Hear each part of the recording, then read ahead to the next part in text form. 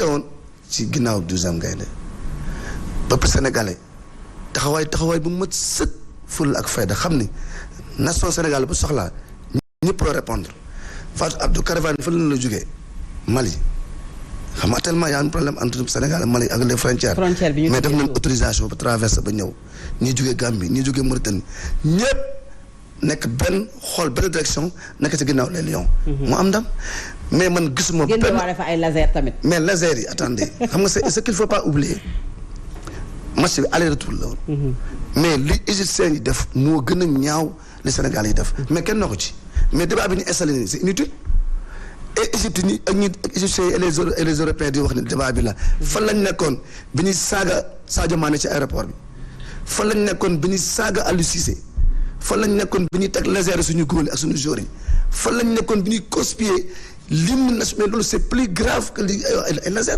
mais hymne national mais la FIFA daf ci war a jël ay sanctions contre l'Égypte ñun dañoo def plainte encore contre l'Égypte man de bokk naa si ñu ne woon dañuy def plainte contre Égypte parce que pourquoi muy cospier suñu hymne national loolu bokk si sportivité bokk si fair play mais évidemment ñun bi ñu xamee ne match bi am na dañu appeler à la mobilisation totale de tout le peuple à travers le 12e gaynde mais dañu defoon ay code le premier point mu nekkoon tous au couleur national deuxième point mooy nekkoon chanter en chœur l'hymne national troisième point bi moo nekkoon motiver suñuy joueurs pousser leen galvaniser leen pousser leen vers la qualification et quatrième point moo nekkoon perturber les Égyptiens à chaque toucher de balle et on l'a fait mais c'était ça léegi nag. donc yéen da ngeen amoon seen stratégie. non dañu amoon stratégie boo xam ne comme les joueurs dañu amoon seen stratégie dañ ko déroulé teg seen système ak suñu système bu baax et on l'a réussi. je pense que bravo aux joueurs bravo au staff technique médical mais bravo nous peuple sénégalais. Absolument c'est extrêmement important. Et c'est le lieu de les féliciter. Nous avons toujours dit Sénégal manque uti ndam li. Plateforme la boo xam ne Sénégalais peut approprier et voici les conséquences. Tant qu'on est ensemble on va très loin et plateforme bi ci teg ni Sénégal manque uti ndam li. C'est jusqu'à 2026. dañuy commencé 2022 bi. dem ci Jeux olympiques 2024 parce que am na ay commission yoo xam ne dañ ca war a qualifier mooy les JO. dem ba 2026 yi nga xam ne les Jeux olympiques de la jeunesse fii lay am au Sénégal. kenn du ko wàcc. Égypte nag dafa jaaxle mais dafa rus dafa am gàcce parce que argument yi mu def c'est fallacieux Sénégal mën na nga ko wax lépp am na ay mots racistes fii amul sax dialogue islamo-chrétien fii cohabitation moo fi am. parce que benn lañ. c'est clair c'est clair. bi mooy man ndax ñuy wax dañ may jaaxal. parce que ñoom li ñu def rek la ñun moom lañ leen def. parce que ñoom ñoo ko njëkkee. et man li ma mënul nangu ñuy tëgg sa kiiwu réew ñu lay yuuxu. et même la presse. la presse n'était pas épargnée. exactement da leen a boole ak ay supporters yoo xam ne ñu couvrir la ba xamuñ sax li ñuy def. nga xamuñu lu ñu liggéey alors Lamine est-ce que plainte bi mën na am aboutissement mën na aboutir ci dara su fekkee ne ni ñu ko waxee ñoom dañu tooñ Sénégal fayu ci tooñin bi nga xam ne moom la ñu ko tooñ foofu ci Égypte. non loolu moom kenn waru ko sax xalaat. pour tëggaat match wala non mënul nekk. parce que match bi aussi dafa dem à son terme. Égypte daf ñu gagné ñu gagné ko 90 minutes ñu tolloo. ñu def prolongation tolloo série de tirs au but lañ ko gagné ñun sax ñoo njëkk raté ñaari yoon ñoom it ñu ñëw raté donc man jàpp naa ne daal peut-être déception bi la. moi je préfère rester sur la déclaration du coach quand même Queiroz. qui a félicité le Sénégal. qui a estimé que le Sénégal était meilleur.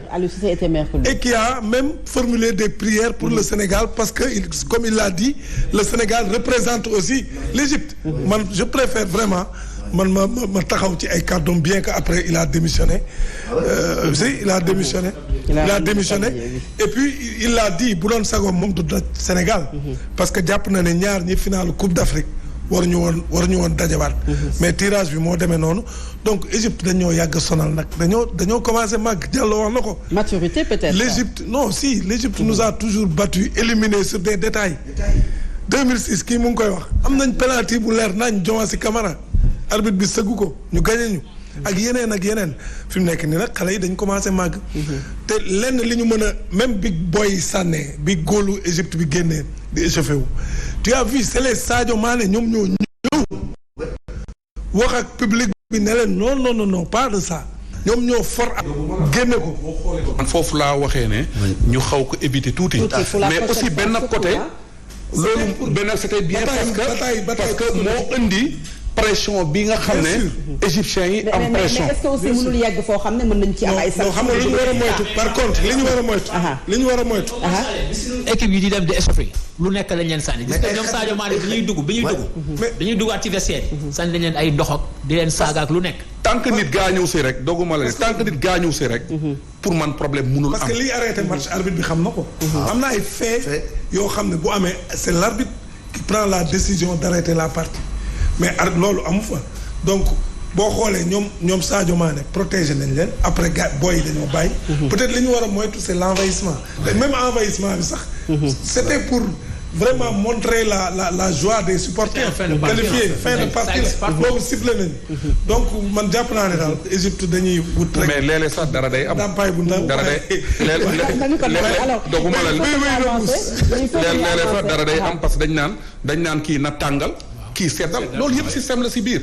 dañuy jékki-jékki ñun sax suñu biir. ñu ne booy tàngalal kii ñëw di tàngal.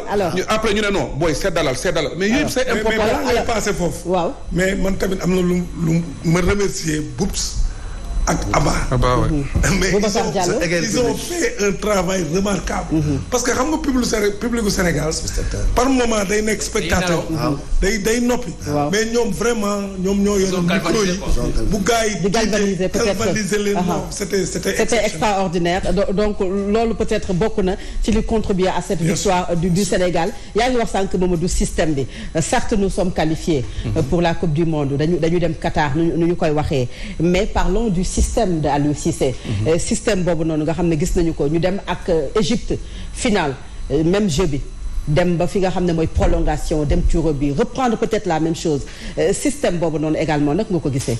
xam nga man li ma gis parce que souvent ñu bëri jàpp nañu dañuy am problème ci li nga xam ne moom mooy système bi bu fekkee ne équipe bi dafa indi benn doxalin boo xam ne ñun pour ñu mën ko dégg. xam nga système mu Aliou Cissé bi ku si nekk yaa ngi siy wax xoolal li ma lay wax depuis bi Aliou Cissé yore équipe ba léegi. ñu ngi wax système bi mais toujours moom dafa dee ak système am ak li mu gëm mais si biir système yi boo xoolee ça dépend équipe bi ngay dajeel ak match bi lan lay laaj parce que ni mu joué Égypte ak système bi mu teg Égypte ak bi mu joué Dakar c'est différent c'est-à-dire il faut que ñu comprendre ne les contextes d'aujourd'hui et les contextes de demain du benn aussi mais beneen bi nañ bàyyi xel fenn tey Égypte mi ñu jël effectivement njëkk na jeex moom 120 minutes mënuñu ko dugal ñu joué waa tax moom 90 dugal posé nañ question ne Égypte bi ñu mënul dugal loolu mais naka lañ koy mën a dugalee match bi di ñëw nii ba war a mën a dugal dee bi mais si biir loolu bu leen fàtte ne équipe bi kenn mënu la wax ne du créer ay occasion de but dafay créer ay occasion de but mooy ni ma doon wax ne équipe nationale contre Égypte finale bi dafa créé lu mu bon 3 à 4 occasions de but. match bi ñu dem Caire lu mu bon créé na 2 ou 3 occasions de but après am na rectification yu ñu war def mooy comme match bi passé comme am avant-centre de pointe boo xam ne normalement am na bal yoo xam ne warul jaar mooy dernière tiers bi ki nga xam ne day exploser wu pour dem man c'est ce que j'ai dit parce que match day toll foo xam ne tey malgré défensif on joue défensif mais si devant on avait Sadio Mané on avait Ismaïla Sarr mais des fois Famara est-ce que explosion boobu mu doon war a def noonu loolu la war a gën a liggéeyaat que soit que Boulaye Diaw que soit que Abdou Diallo c'est-à-dire il faut que ñu Bamba il faut que ñu am avant-centre yoo xam ne c'est des bons avant-centres mais il faut que dernière tiers bi ñu def seen bopp ne il doit pas penser de jouer de trop dañuy exactement c'est le dernier tiers boo xam ne foofu lañ doon amee problème parce que bal yu bari foofu la doon jaar boo xoolee match bi passé ni je l'ai dit am na télé yoo xam ne du ma ko tudda wax naa ko ñu wax ma ne leen problème bi avec le système je comprends mais nit ku nekk yow yaay xool li la doy ak effectif bi nga am nga liggéey si loolu tey demal ko mel ni Égypte seen système bi ñu ngi ko liggéey si kan si Mohamed Salah ak Trezeguet tey à l'époque boo daan jouer Barça malgré Barça dañuy jouer mais fan la ñuy wéeru si Metz la ñuy wéeru kon c'est-à-dire ne loolu dañ ko fekk fii si football c'est-à-dire ne il faut que des fois ce système di nga am si ñoo koy wéer mais maintenant ñun li ñu doon dese mooy le dernier tiers maintenant nag munoo football pendant 90 minutes te du am ay erreurs des fois des problèmes de remplaçant mun na am ay détails munul ñàkk man sama point de vue je donne comme match bi passé tey jii nii tey jii bi mu demee ba dernière minute man je préféroon Idrissa Gana ñëw Nampalys toog foofu noonu mais après man nekkuma si xelu entraîneur bi. bu ñu fàtte ne kooku beneen côté la mais beneen côté jàppale ne entraîneur tamit dafa am ay homme de confiance am ay homme de base am parce que say homme de base du waroo leen génne seen équipe parce que ñooñu li ngay soxla chaque jour ñoo la koy defaral parce que ça fait longtemps ñu ngi si équipe bi. C'est vrai que c'est une année de performance et de sacre parce que boo jëlee Coupe d'Afrique jëm qualification Coupe du Monde critique yi du bari comme na mu doon baree ay jamono mais ba tey am na ñoo xam ne jàpp nañ ne système bi quand même am na lu ñu ci mën a wax bu fekkee ne Égypte souvent bu defee bloc bas Sénégal dafay am jafe-jafe pour ñëwaat nag nga ko gisee. non xam nga man du ma wax système tey par exemple bu Ismaïla Sarr dugaloon bal yooyu kenn du wax. Personne n'aurait crié au scandale parce que loolu aussi c'est pas l'entraîneur. Comprendre xam nga tey l'entraîneur a eu raison sur nous parce que il a eu des résultats. kenn mënu ci dara non c'est mais man bu ma d'accord ak moom il a eu des résultats. il a raison sur nous qu'on le veuille ou pas parce que tey def na fi loo xam ni kenn defu ko ñu bëgg ko ñu bañ ko 2 fois qualifié.